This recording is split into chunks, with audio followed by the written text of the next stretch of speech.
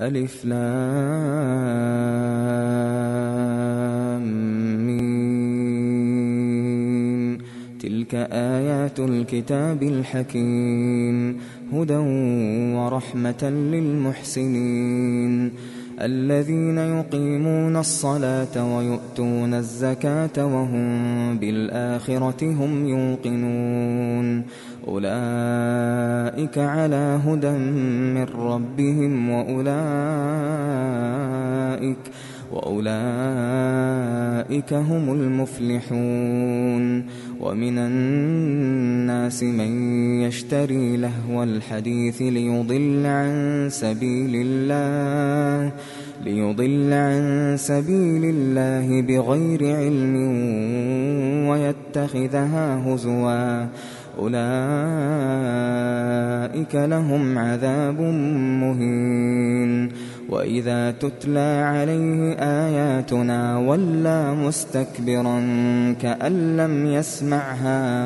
ولى مستكبرا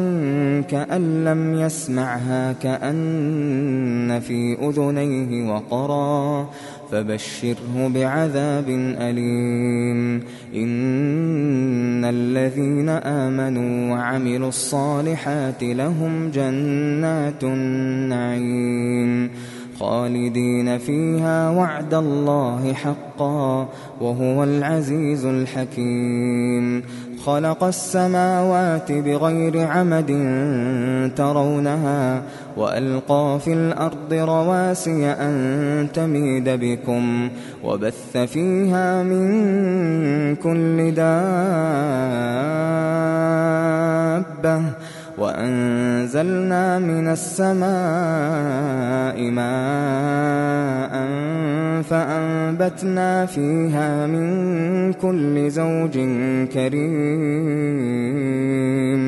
هذا خلق الله فأروني ماذا خلق الذين من دونه بل الظالمون في ضلال مبين ولقد آتينا لقمان الحكمة أن اشكر لله ومن يشكر فإنما يشكر لنفسه ومن كفر فإن الله غني حميد وإذ قال لقمان لابنه وهو يعظه يا بني لا تشرك بالله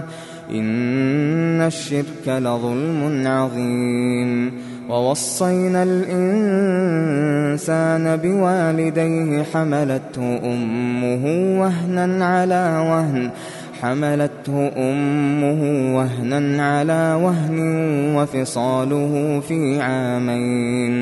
وفصاله في عامين أن اشكر لي ولوالديك إلي المصير وإن جاهداك على أن تشرك بي ما ليس لك به علم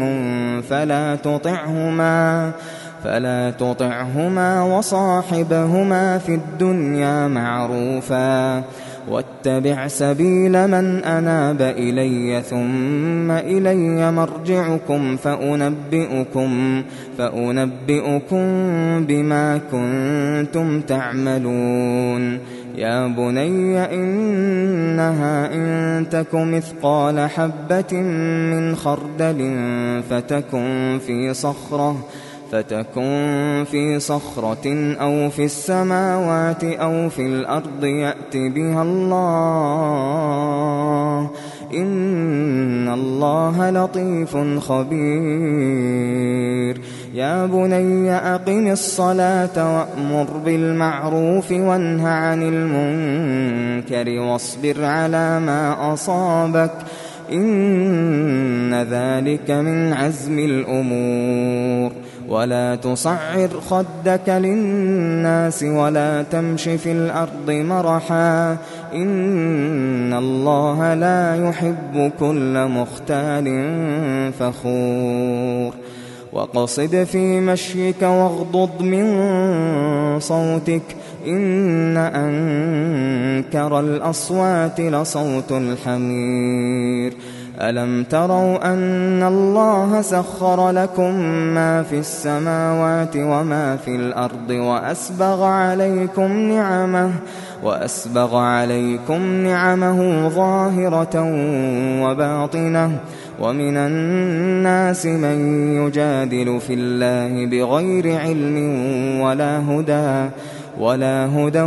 ولا كتاب منير وإذا قيل لهم اتبعوا ما أنزل الله قالوا بل نتبع ما وجدنا عليه آباءنا أولو كان الشيطان يدعوهم إلى عذاب السعير ومن يسلم وجهه إلى الله وهو محسن فقد استمسك بالعروة الوثقى وإلى الله عاقبة الأمور ومن كفر فلا يحزنك كفره إلينا مرجعهم فننبئهم بما عملوا إن الله عليم بذات الصدور نمتعهم قليلا ثم نضطرهم إلى عذاب غليظ ولئن سألتهم من خلق السماوات والأرض ليقولن الله قل الحمد لله بل أكثرهم لا يعلمون لله ما في السماوات والأرض إن الله هو الغني الحميد ولو أن ما في الأرض من شجرة أقلام والبحر يمده من بعده 7 أبحر ما نفدت كلمات الله إن الله عزيز حكيم ما خلقكم ولا بعثكم إلا كنفس واحدة إن الله سميع بصير ألم تر أن الله يولج الليل في النهار ويولج النهار في الليل وسخر الشمس والقمر كل يجري إلى أجل مسمى وأن الله بما تعملون خبير ذلك بأن الله هو الحق وأن ما يدعون من دونه الباطل وأن الله هو العلي الكبير ألم تر أن الفلك تجري في البحر بنعمة الله ليريكم من آياته إن في ذلك لآيات لكل صبار شكور وإذا غشيهم موج كالظلل دعوا الله مخلصين له الدين فلما نجاهم إلى البر فمنهم مقتصد وما يجحد بآياتنا إلا كل ختار كفور يا أيها الناس اتقوا ربكم واخشوا يوما لا يجزي والد عن ولده ولا مولود هو جاز عن والده شيئا إن وعد الله حق فلا تغرنكم الحياة الدنيا ولا يغرنكم بالله الغرور إن الله عنده علم الساعة وينزل الغيث ويعلم ما في الأرحام وما تدري نفس ماذا تكسب غدا وما تدري نفس بأي أرض تموت إن الله عليم خبير